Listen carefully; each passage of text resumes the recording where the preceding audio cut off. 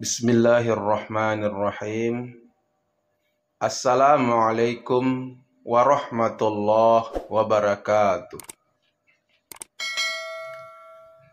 Alhamdulillahi rabbil alamin. Wabihi nasta'inu ala umuri dunya waddin.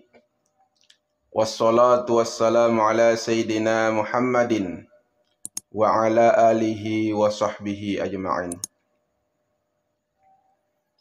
Rasa syukur dan rasa gembira kita pada pagi hari yang berbahagia ini, kembali kita melaksanakan berbagai macam kegiatan ibadah, baik ibadah yang diwajibkan oleh Allah Subhanahu wa Ta'ala ataupun ibadah-ibadah yang disunnahkan. Dalam hal ini kita tentu sangat bergembira karena Allah masih mengizinkan kita, memberikan kesempatan kepada kita bergelut mengikuti kegiatan-kegiatan amal ibadah pada bulan Ramadan di tahun ini. Karena banyak di antara orang-orang, saudara-saudara kita, orang-orang tua kita yang hingga pada tahun ini mereka tidak diberikan kesempatan untuk beramal ibadah sama seperti yang kita lakukan. Ada di antara mereka yang sudah dipanggil oleh Allah Subhanahu wa Ta'ala. Lalu ada pula sebahagian dari mereka pada saat ini berbaring dalam keadaan sakit sehingga tidak bisa beramal ibadah.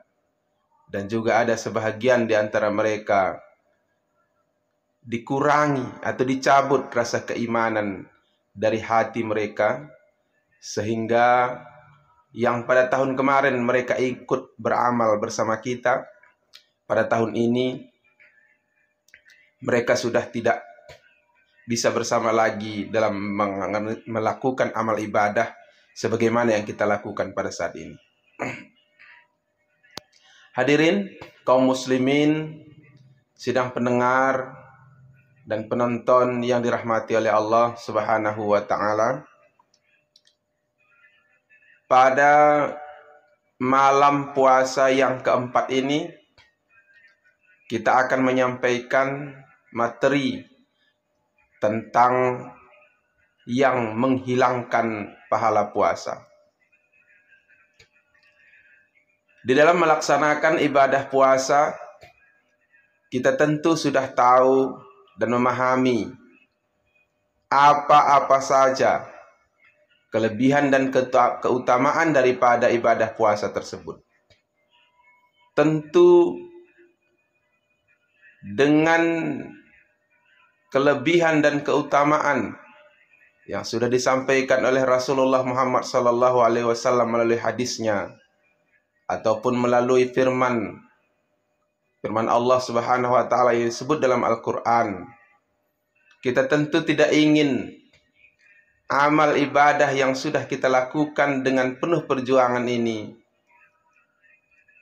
hanya sia-sia.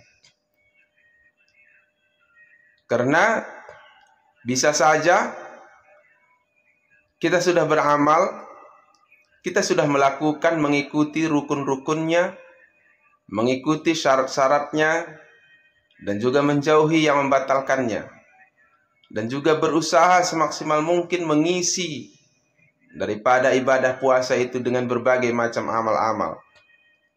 Tetapi bisakah fadilah atau pahala daripada amalan tersebut sia-sia atau pahalanya hilang?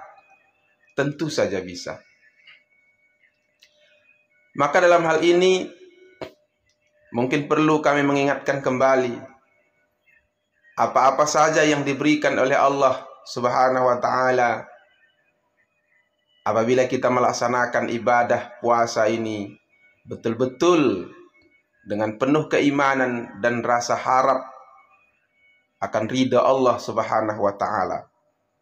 Selain daripada hadis yang sudah familiar kepada kita, bahwa barang siapa yang melaksanakan ibadah puasa dengan iman dan juga penuh harapan kasih sayang dan ampunan Allah, maka diampuni dosanya yang telah lalu.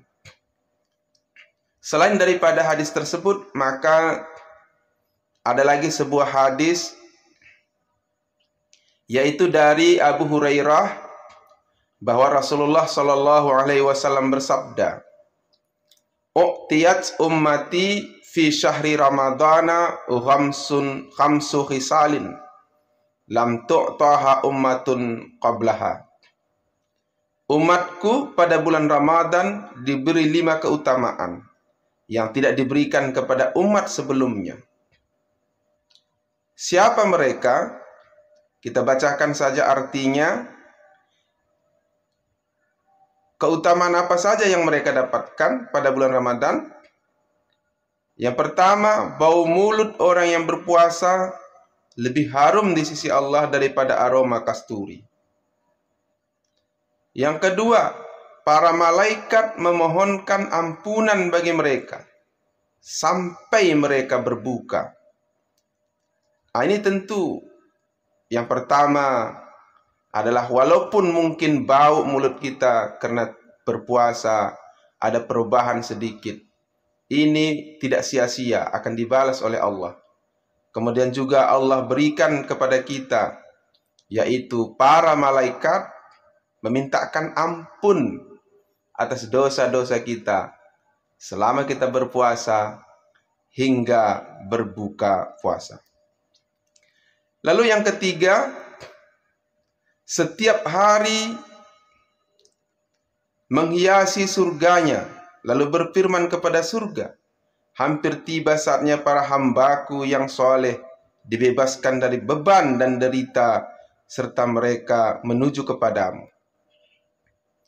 Allah selalu setiap hari menghiasi surganya dan menyampaikan kepada surga bahwa kita yang melaksanakan ibadah puasa akan segera memasuki surga tersebut. Lalu yang selanjutnya, pada bulan ini para jin yang jahat dibelenggu sehingga mereka tidak bebas bergerak seperti pada bulan lainnya. Ini sudah kita paham bahwa jin itu dibelenggu, syaitan-syaitan dibelenggu. Dan diberikan kepada umatku ampunan pada akhir malam. Pada akhir malam, setiap malam Allah berikan ampunan. Beliau ditanya, wahai Rasulullah, apakah malam itu Lailatul Qadar? Lalu beliau menjawab, tidak. Namun orang yang beramal tentu diberi balasannya jika menyelesaikan amalnya. Hadis riwayat Ahmad. Hadirin kaum muslimin, sidang pendengar yang dirahmati Allah. Dan masih banyak lagi keutamaan-keutamaan daripada pelaksanaan ibadah puasa. Lalu Rasulullah Shallallahu Alaihi Wasallam bersabda, "Kam min shaimin laisa lahu min siyamihi illa at-tusi wal ju'." Berapa banyak orang yang melaksanakan ibadah puasa, mereka tidak mendapatkan apa-apa dari puasanya kecuali hanya lapar dan dahaga. Dari hadis ini maka kita akan merasa was-was dan tentu akan merasa hati-hati, harus waspada. Karena rasa lapar yang begitu mungkin di sebagian orang yang begitu menyiksa, tapi berkat daripada keikhlasan, ketulusan perjuangan mereka tahankan. Kita tahankan itu semua. Lalu bisa saja semua pengorbanan kita itu akan sia-sia atau tidak mendapatkan pahala karena kita melakukan perbuatan-perbuatan yang dilarang oleh Allah Subhanahu wa taala. Apa saja perbuatan-perbuatan yang dilarang yang menghilangkan pahala-pahala puasa tersebut? Rasulullah Sallallahu Alaihi Wasallam bersabda, "Malam yada' qaula dzur wal amala bihi wal jahla, falaysa lillahi hajatun fi ayyada'a ta'amahu wa syarabahu."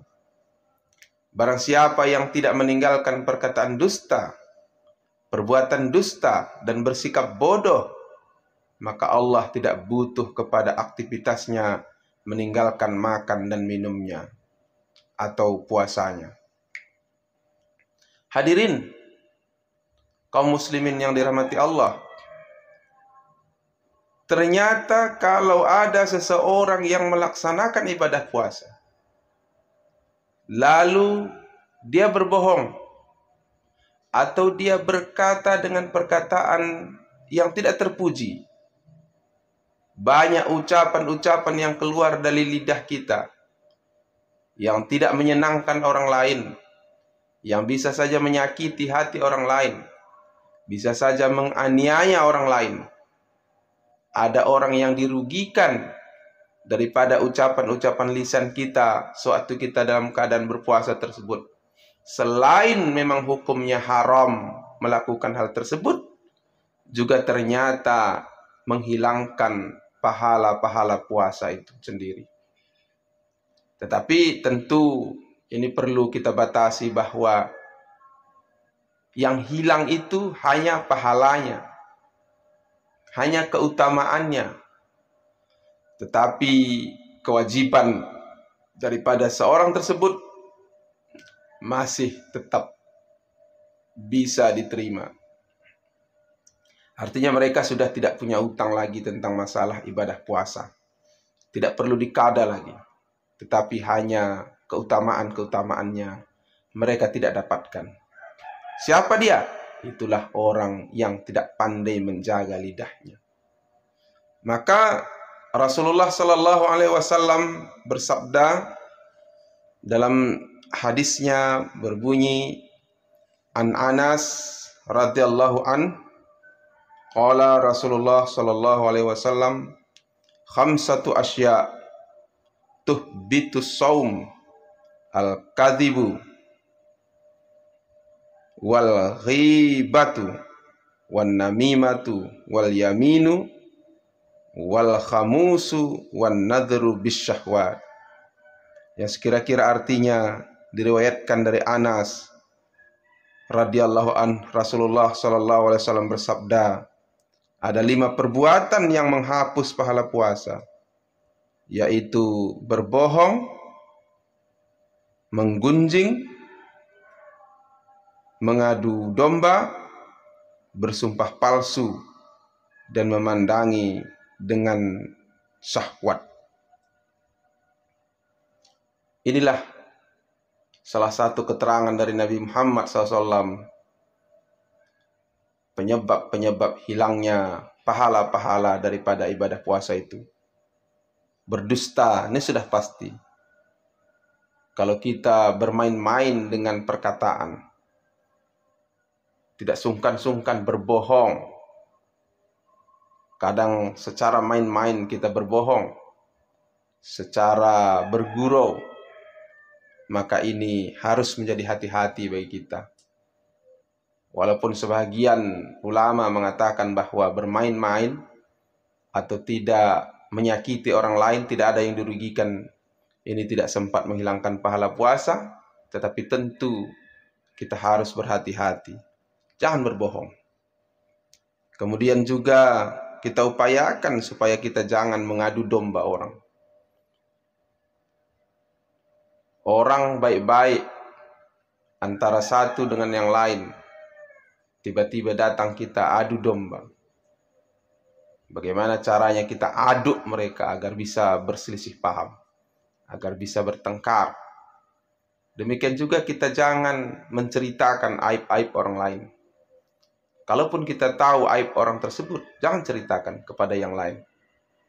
Umpamanya kita tahu bahwa dia mempunyai sifat-sifat yang tidak terpuji, sifat-sifat yang tercela, suka berkata jorok umpamanya, atau suka menyakiti orang lain. Tapi jangan kita ceritakan aibnya itu kepada teman-teman kita,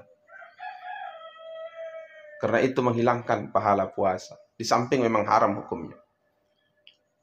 Atau umpamanya ada kawan kita, kita tahu, kita akrab, lalu kita tahu bahwa dia punya aib, aibnya apakah umpamanya dia punya panu, punya kura, lalu dengan itu kita ceritakan kepada orang, kamu jangan dekat-dekat sama si Polan, dia itu kurapan, dia itu punya penyakit ini itu. Ini namanya menceritakan aib orang lain dan lain sebagainya. Lalu kemudian juga jangan bersumpah palsu. Kita rela bersumpah. Ini umpamanya orang di pengadilan disumpah dengan Al-Quran, lalu tiba-tiba keterangan-keterangan dia berbeda dari kenyataan. Ini termasuk sumpah palsu. Lalu memandang dengan syahwat. Kita harus berusaha menjaga pandangan kita agar jangan melihat dengan syahwat.